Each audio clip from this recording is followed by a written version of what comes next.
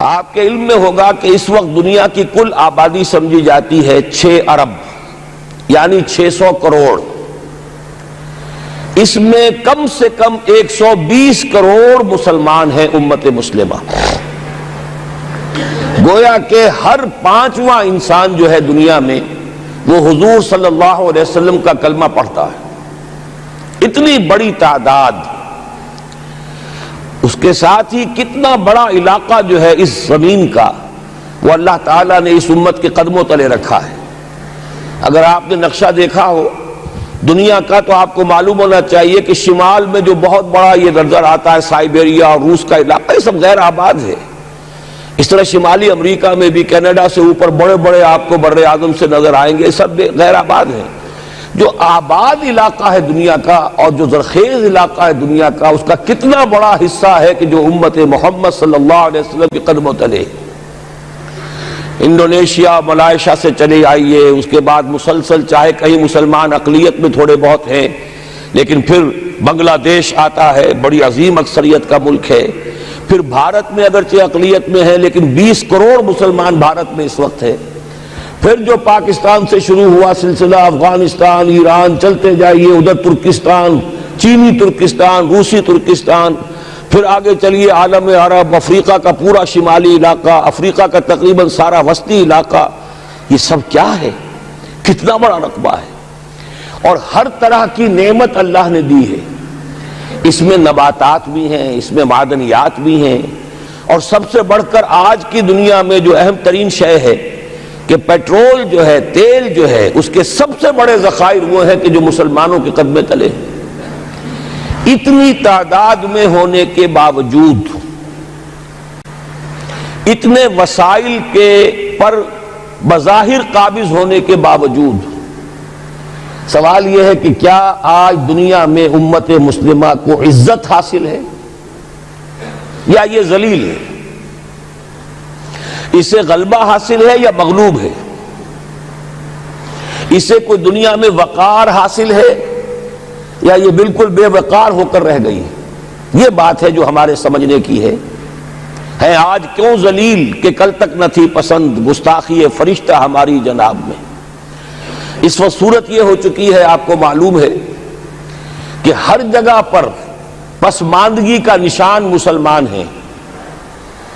ہمارے سارے وسائل پر دوسروں کا قبضہ ہے. ایک ہی شے رہ گئی تھی تیل، خلیج کا تیل، اس پر بھی آ کر امریکہ کی فوجیں ان کے سر پر بیٹھ گئی ہیں. سارا کا سارا تیل اب ان کے قبضے میں ہے. ادھر خلیج کے دہانے کے دونوں طرف وہ اپنے مورچے بنا رہے ہیں تاکہ یہاں کسی کا داخلہ نہ ہو سکے. بڑے بڑے جتنے لوگ ہمارے ان سب کی دولت ان کے پاس ہے. کہنے کو تو سلطان اور برونائی دنیا کا امیر ترین آدمی ہے لیکن دولت ہے کہاں اس کی؟ انویسٹڈ تو وہی ہے، اسی کے بینکوں میں ہے، انہی کی کمپنیوں میں ہے. کسی کے پاس کچھ نہیں ہے. سعودی عرب کے کوئی ڈالرز ہیں تو کہاں ہیں؟ جیسے شہنشاہ ایران کا جو اثاثہ تھا، سرمایہ تھا، جو سارا کا سارا انہوں نے جو ہے وہ فریز کر لیا. تو یہ دولت تو ساری وہی ہے. کہنے کو ہے کہ آپ کے اکاؤنٹ میں اتنا روپیہ ہے لیکن سوال یہ ہے کہ وہ اکاؤنٹ فی الواقع کس کے قبضے میں ہے؟ پھر آپ کو معلوم ہے کس طریقے سے مسلمانوں کے ساتھ سلوک ہو رہا ہے. ہر جگہ پر جہاں چاہیں جس طرح چاہیں انہیں ستا لیں. اور ان میں بھی سب سے بڑھ کر جو بات میں آپ سے کہوں گا، آج دنیا میں جتنے بڑے پیمانے پر محمد عربی صلی اللہ علیہ وسلم کی توہین و تذلیل ہوئی ہے پوری انسانی تاریخ میں نہیں ہوئی. رشدی نے کتاب لکھی، بدترین حملے کیے. کیا رنگیلا رسول کتاب تھی جو لکھی تھی کسی ہندو نے، جس کو کہ ایک مسلمان نے پھر خنجر گھونپ کر اور ہلاک کر دیا تھا. وہ تو کچھ بھی نہیں تھی. اس کتاب کو رنگیلا رسول کو 100 سے ضرب دیجئے تو یہ کتاب بنتی ہے سیٹنک ورسز، اور وہ ملینز نہیں بلینز کی تعداد میں شائع ہوئی. اس کے خلاف احتجاج اگر کسی نے کیا ہے تو ان کے اوپر جوتے پڑے ہیں، ان پر ڈنڈے پڑے ہیں. پوری مغربی دنیا اس کے پیچھے آ گئی ہے، سپورٹ کیا ہے. لے دے کے ایک ملک نکلا ایران، اس نے کم سے کم یہ کہ اس کے قتل کا فتویٰ تو دیا لیکن کیا کرے، قتل کرنے کی تو نوبت نہیں آئی. پورا عالم عیسائیت اس کی پشت بنا ہے، اس کی مدد کر رہا ہے. یہ اتنی بڑی توہین محمد رسول اللہ صلی اللہ علیہ وسلم کی اور آپ کی ازواج مطہرات کی اور یہ بظاہر ایک ایسے شخص کے ہاتھوں جس کا نام مسلمانوں کا سا ہے، اس کا اتنا بڑے پیمانے پر ہونا، اور پھر یہ کہ مسلمان 120 کروڑ ہونے کے باوجود کچھ نہیں کر سکتے۔ میں وہ چیزیں نہیں گنوانا چاہتا کہ 15 لاکھ جو ہیں وہ ہمارے افغان بھائی جو ہیں انہوں نے جانیں دی، فائدہ کس کو پہنچا؟ تاحال امریکہ کو، کہ اس کی جو مد مقابل قوت تھی USSR وہ ختم ہو گئی۔ اسی طریقے سے جو کچھ کشمیر میں ہو رہا ہے، ہماری بے ہمیتی، بے غیرتی کا عالم یہ ہے، ہم کچھ اندر خانے تھوڑی بہت کو مدد کر کے سمجھتے ہیں کہ ہم نے فرض ادا کر دیا، جبکہ فرض تو یہ ہونا چاہیے تھا کہ ہم براہ راست اعلان کرتے اور انڈیا کو الٹیمیٹم دیتے کہ سٹاپ دس بزنس، یا یہ کہ پھر ہم سے جنگ ہے۔ جنگ کا نتیجہ تو پھر اللہ جس کو چاہے دے گا، اگر انسان اللہ تعالیٰ پر اعتماد رکھتا ہو، توکل رکھتا ہو، اپنے موقف کی حقانیت پر بھی اسے یقین ہو، تو کم من فیۃ قلیلۃ غلبت فیۃ کثیرۃ تاریخ میں ہمیشہ ہوتا آیا ہے کہ چھوٹی قوتیں جو ہیں ان کو غلبہ اللہ نے عطا کیا ہے بڑی قوتوں پر، لیکن بے غیرتی کا عالم یہ ہے، بے حمیتی کا عالم یہ ہے۔ زبانی کلامی ہم سے بڑا ہمدرد کوئی نہیں مسلمانان کشمیر کا، جس لیڈر کو دیکھو بڑھ چڑھ کر بیان دے گا، لیکن عملاً ہم کیا کر رہے ہیں؟ یہ ساری صورتحال جو میں نے آپ کو بتائی ہے، ویسے تو اب یہ کہ اگر اس میں ایک خاکہ سا میں نے آپ کے سامنے رکھا ہے، اس میں رنگ بھروں تو ظاہر ہے کہ یہ پورا گھنٹہ اسی میں لگ جائے گا، لیکن جو اس کا اصل لب لباب ہے وہ یہ ہے کہ ہم اپنی جگہ بڑے خوش ہیں کہ ہم امت مرحوم ہیں، ہم تو امت محمد ہیں صلی اللہ علیہ وسلم، ہم تو اللہ کے پیارے ہیں، ہم اللہ کے لاڈلے ہیں، ہمیں اللہ کی شفاعت، ہمیں اللہ کے رسول کی شفاعت بھی ملے گی، جنت تو گویا کہ ہمارا پیدائشی مقام ہے۔ یہ سارے جو بھی ہمارے ذہنوں کے اندر ہیں خیالات، اور یہ جو ہمارے من گھڑت عقائد ہیں، آپ سوچئے کہ جب ہم جو آبجیکٹیو کنڈیشنز ہیں، گیون کنڈیشنز ہیں، جو سامنے کے حالات ہیں، ان سے جب تقابل کرتے تو معاملہ بہت مختلف ہے۔ یہ کیوں ہے؟ اصل میں سوال جب تک آپ اپنے سامنے نہیں رکھیں گے، اس کا جواب جو ہے اب اس پر غور کیجئے، کیوں ہے؟ کیا اللہ تعالیٰ کو محمد الرسول اللہ کی عزت و حرمت پیاری نہیں ہے؟ کیا محمد الرسول اللہ اللہ کے پیارے نہیں ہیں؟ حبیب رب العالمین نہیں ہے؟ کیا اللہ تعالیٰ کو کفار سے زیادہ محبت ہے؟ کیا وجہ ہے؟ رحمتیں ہیں تیری اغیار کے کاشانوں پر، اور برف گرتی ہے تو بیچارے مسلمانوں پر۔ سائنس میں وہ آگے ہیں، مالیات پر ان کا شکنجہ کسا ہوا ہے پوری دنیا پر، تہذیب ان کی ہے، تمدن ان کا ہے، ہم تو ان کے کیمپ فالوورز ہیں، نقش قدم پر چل رہے ہیں، ہم تو ان کی صرف یہ کہ نقالی کر رہے ہیں۔ تو سوچئے وجہ کیا ہے؟ کیا اللہ کو کفر زیادہ پسند ہے اسلام سے؟ کیا اللہ کو محمد الرسول اللہ صلی اللہ علیہ وسلم کی عزت و حرمت کا کوئی خیال نہیں؟ سوچنے کی بات ہے۔ ظاہر بات ہے کہ ان سوالات کا جواب تو ہاں میں آپ نہیں دے سکتے، یقیناً ایسا نہیں ہے۔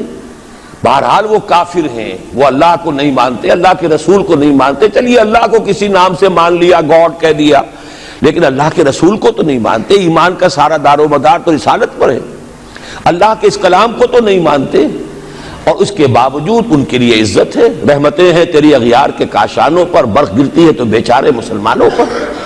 یہ ایک لمحہ فکریہ ہے، یہ سوچنے کی بات ہے کہ ایسا کیوں ہے۔ اس کا جو جواب میں آپ کو دوں گا وہ ذرا سا کڑوا جواب ہے۔ نوارا تلخ ترمیزن چو ذوق نغمہ کمیابی، بات کہنی پڑتی ہے جب تک کہ کڑوی بات کہی نہ جائے، حقائق کو دیکھنے کی جرت پیدا نہ کی جائے، مواجہہ نہ کیا جائے، فیکٹس کو فیس نہ کیا جائے، اس وقت تک بات صحیح نہیں ہوگی، اور نہ ہم صحیح تشخیص کر سکیں گے، نہ صحیح تجویز کی طرف ہمارا ذہن منتقل ہوگا۔ میں بہت سخت بات کہہ رہا ہوں، آج آسمان کے نیچے اس زمین پر عذاب الہی میں گرفتار امت مسلمہ ہے۔ بالفعل آج ہم امت مرحومہ نہیں ہیں، رحمت والی امت نہیں ہے، امت معذبہ ہیں۔ آج ہم پر اللہ کا عذاب ہے۔ وہ کیوں ہے؟ دیکھیے اللہ کا قانون یہ ہے، اور یہ اللہ کی سنت ہے، میں نے اپنی ایک کتاب میں اس پر مفصل بہت مضمون لکھا ہے، قرآن کا قانون عذاب۔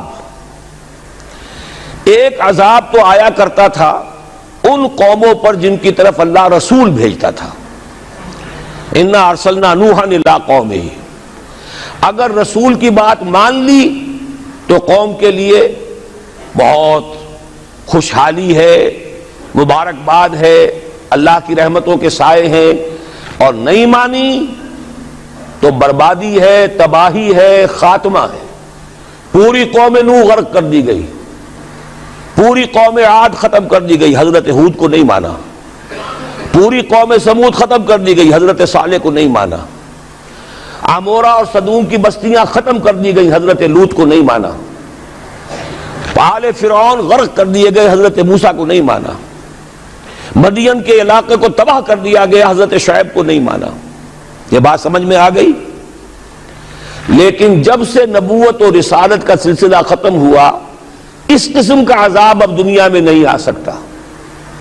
وَمَا كُنَّا مُعَذِّبِينَ حَتَّى نَبْعَثَ رَسُولًا، ایسا عذاب ہم نہیں بھیجتے رہے جب تک کہ رسول کو نہ بھیج دیں۔ رسول آ گیا، اس نے حق کو بیان کر دیا، بات کو کھول کھول کر مبرہن کر دیا، ہر چیز واضح کر دی، کوئی مغالطے کا امکان نہ رہا۔ جاء الحق وزهق الباطل، ہر شے جو ہے دودھ کا دودھ، پانی کا پانی جدا ہو گیا۔ اب بھی جس نے نہیں مانا تو معلوم ہوا اس میں کوئی خیر نہیں ہے، اب خیر کا فقدان ہے۔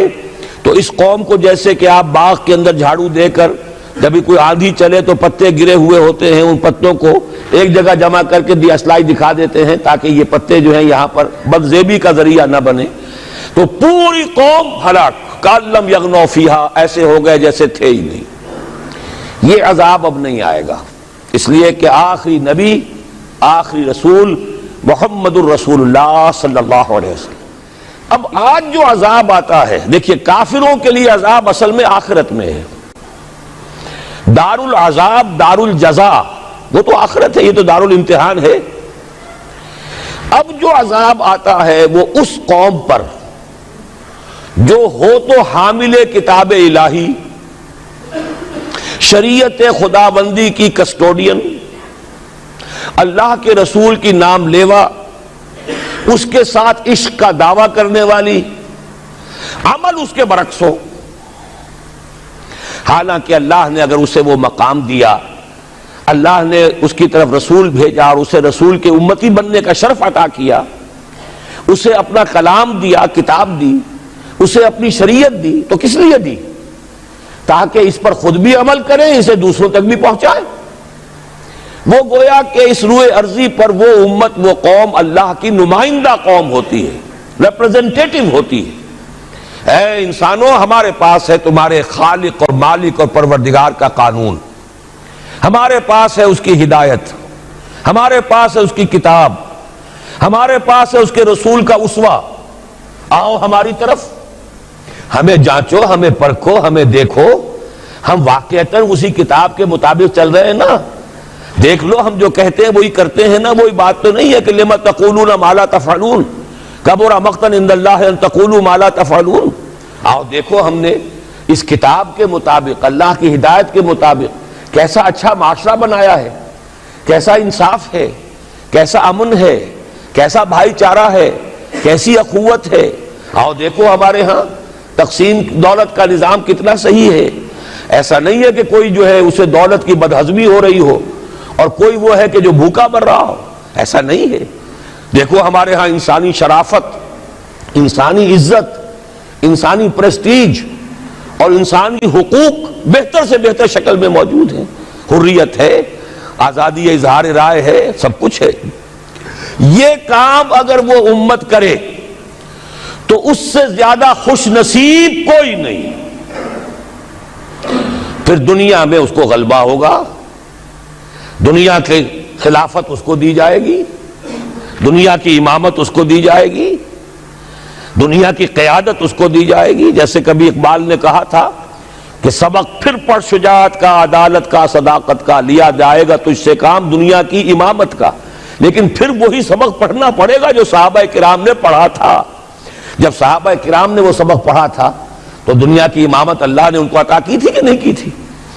اگر تو اس کے مطابق عمل ہے تو ان سے زیادہ اللہ کو محبوب کوئی نہیں، اور اگر طرز عمل برعکس ہو جائے، کہیں کچھ اور کرے کچھ اور، کہیں یہ کہ قرآن پر ہمارا ایمان ہے اور اس کے قانون کو نافذ نہ کرے،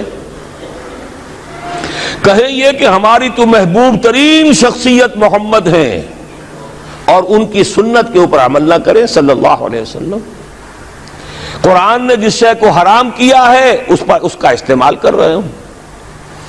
اگر طرز عمل یہ ہو اور یہ طرز عمل اس حد کو پہنچ جائے کہ دنیا تانے دے یہ مسلمان کہاں اسلام دنیا میں ہمیں دکھاؤ, کہاں اسلام, یہ مسلمان کیا اسلام پر کاربند ہیں؟ جارج برنارڈ شاہ نے کہا تھا کہ میں جب قرآن پڑھتا ہوں تو محسوس کرتا ہوں اس سے بہتر کتاب کوئی ممکن نہیں, لیکن جب مسلمانوں کو دیکھتا ہوں تو محسوس کرتا ہوں ان سے زیادہ ذلیل قوم دنیا میں کوئی نہیں. یہ کنٹراسٹ ہے جو ہم اپنے وجود سے پیش کر رہے ہیں. کیا اس کی وجہ سے لوگ اسلام کی طرف راغب ہوں گے یا اسلام سے متنفر ہوں گے؟